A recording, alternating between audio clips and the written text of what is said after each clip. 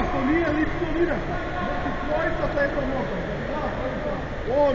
On i ja smo igrači. Lopta je kod njega, ja sam ovo protivničkom igraču.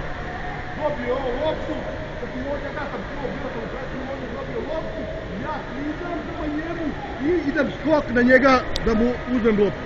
Sada je lopta kod njega, ja sada se namestam se na njega, klizam prema njemu, klizam i skok na njega.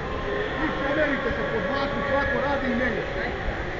Ajmo po svoj pasova noge, viski, moraš nogama konstantno raditi. Andrej, nasli noge, prosto.